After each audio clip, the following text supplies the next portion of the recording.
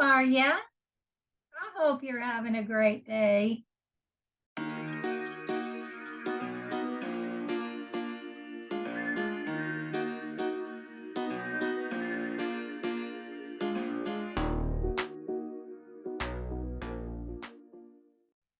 I previously did a video explaining my confusion over diets. What should we do? In this video, I will explore the paleo diet. Is the paleo diet right for you? The caveman diet, Stone Age diet, the prehistoric diet, the primal diet, the ancestral diet, the hunter-gatherer diet, or the Paleolithic diet? It goes by many names, but maybe if you have an autoimmune disease, fibromyalgia, or ME/CFS, you'll probably find this diet beneficial. Because one effective treatment for diseases is through replenishing our body with essential nutrients, and usually a multifactorial approach through medication, alternative treatments and supplements, gentle movements, and food. I love food. Nutrients from food are universally required for life and health to improve our metabolic function, that chemical reaction that occurs in our body cells that change food into energy. The Paleolithic diet is considered the ultimate approach. We'll see what you think about that. Because sometimes our metabolic function can go haywire when our intake of certain foods doesn't break down properly and inflammation occurs. But fruits, vegetables, nuts, seeds, and berries meet the body's need for fiber, carbs, and phytonutrients. Phytonutrients are natural chemicals found in plant foods like fruits and vegetables, but are also found in nuts and tea. More than 25,000 phytonutrients are found in plant foods. These chemicals protect plants from germs, fungi, bugs, and threats. So in humans, they also prevent disease and keep the body working the way it should. If you have a distaste for certain foods, then you know how difficult it is to find a diet that works for you. I'm not a picky eater, but I do have certain foods that I shouldn't eat, like hot peppers, chili hot peppers, because number one, I have a geographic tongue, and number two, I have GERD, and I can't eat a lot of citrus foods or else I end up with acid reflux. But I can have it in moderation. So we need to be sensible when it comes to eating specific foods, right? Research investigations have shown that increased intestinal permeability, when the intestinal walls allow more water and nutrients than normal to be leaked into our bloodstream, and sometimes larger, potentially toxic ones, often precedes disease, causing an abnormality in the antigen delivery that triggers the multi-organ process, leading to an autoimmune response. It's usually referred to as leaky gut. She's getting comfortable.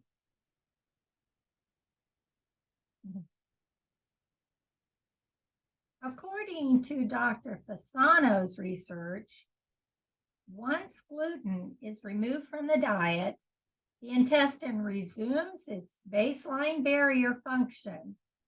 Autoantibody titers are normalized, the autoimmune process shuts off, and the intestinal damage heals itself. If you struggle with an autoimmune illness, and some of us believe fibromyalgia is autoimmune, or at the very least, immune mediated, then the paleo diet might work for you. It's already known that ME/CFS is immune mediated, where inflammation and autoimmunity play a part.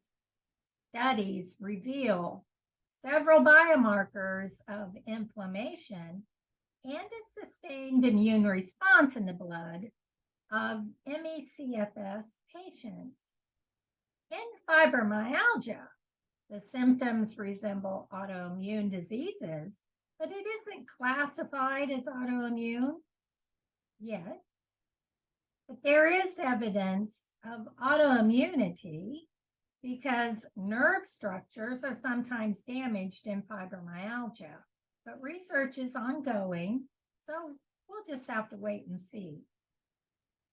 However, because brain chemicals and hormone imbalances are known, this is a good reason to take our health seriously. The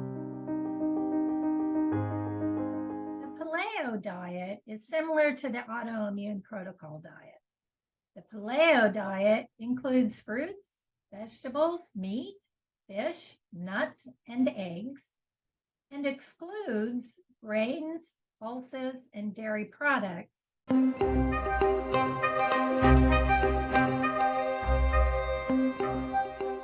As well as sugar, salt, and processed foods.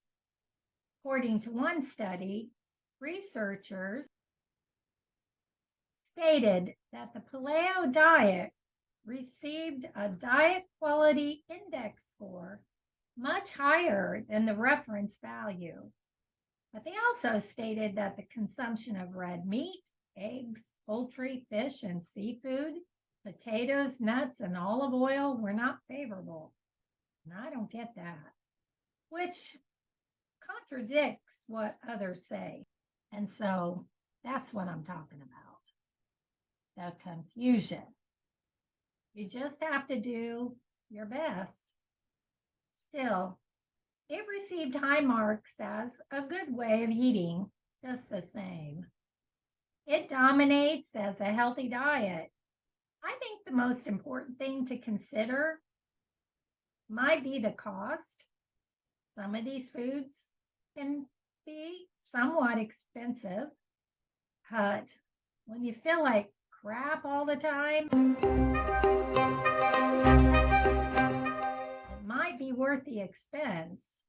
So why are people flocking to the paleo diet? The rationale is that the human body is genetically incompatible with the modern food that emerged with farming practices, called the discordance hypothesis. This hypothesis states the prevalence of chronic disease has increased due to a departure from the hunter-gatherer lifestyles for which we are well adapted. However, these researchers stated a growing body of scholarly data suggests that no such thing as an evolved human diet exists, and that popular notions of returning to a diet that is more true to human nature are inconsistent with the ways in which metabolism and eating habits develop in humans.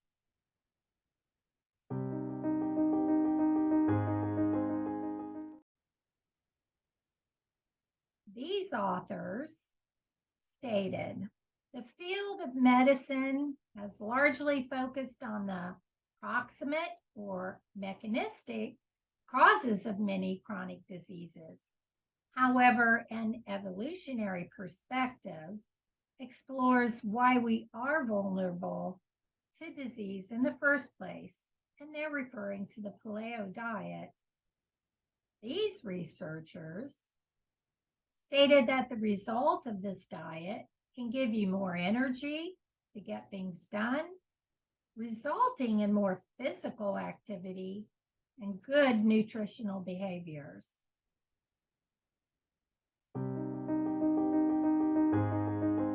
The top 6 phytonutrients are carotenoids, ellagic acid, flavonoids, resveratrol, glucose and olates, and phytoestrogens. I put a description of each one of these in the description section below. They provide anti-inflammatory actions, antioxidants, protects us from cancer, helps your vision and the immune system, and protects from heart disease. The paleo diet can significantly improve or normalize metabolic abnormalities, can reduce your BMI, raise your HDL levels, lower your triglycerides and blood pressure, and you might even lose weight if that's your goal. In addition, it seems you might sleep better, improve skin issues, and feel fuller after meals.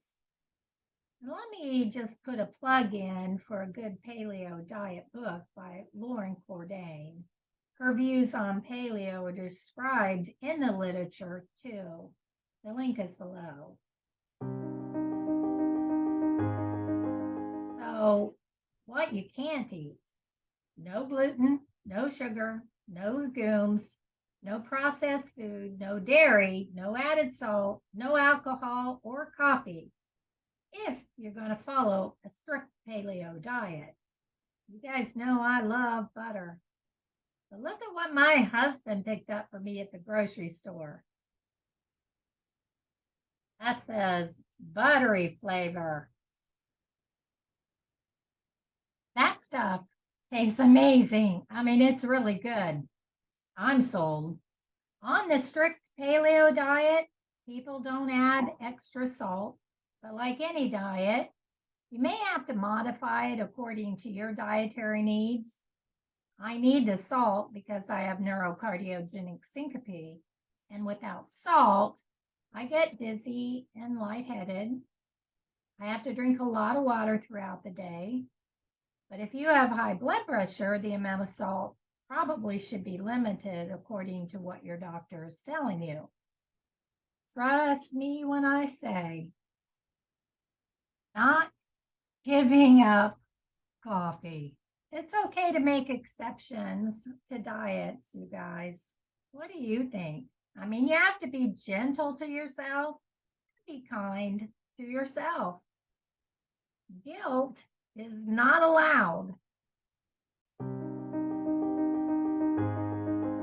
So, my final thoughts and a little plug on what I think is the good stuff. I love fish, poultry, eggs, meat, and thankfully these are on the diet. Oh, and I love nuts like walnuts. They make a great snack in moderation. A handful works for me. And with anyone who's trying to get healthier, it makes sense to add a prebiotic and probiotic.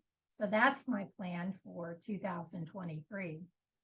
It also makes sense to take the right vitamin supplements that you need. I know I need D3, omega-3, and AREDs too, so I take those. So now that you know about some of the research, is this interesting to you? In my search for better health, I figure it's never too late to work on my gut health and my health in general. My gut will probably thank me, and maybe my GERD too. But here's the thing, I don't know how perfectly I could follow this diet. I like popcorn and it's a whole grain, and that's what I used to put butter on. But now I'm using this wonderful stuff that tastes really good, and I feel like it's a healthier option. But I don't know, like anything, at one time I thought I would never give up sugar. I like my sweets, but I don't even miss them. So, it's possible that I'll give up popcorn too in the future. We'll have to wait and see. I don't like it that it gets stuck in my teeth, but that's the price I pay. My husband makes the most amazing pizza. It's what we're having tonight. And I will have a couple slices. He makes homemade crust. Imagine that. I don't like to cook or do stuff like that, but he loves it and it tastes great. It's not processed, at least.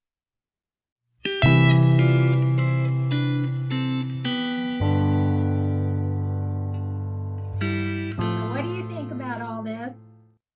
I hope you learned something. I send you gentle hugs and support. Love you. For the pay, fibromyalgia, compatibility. A 2005 article, These Archer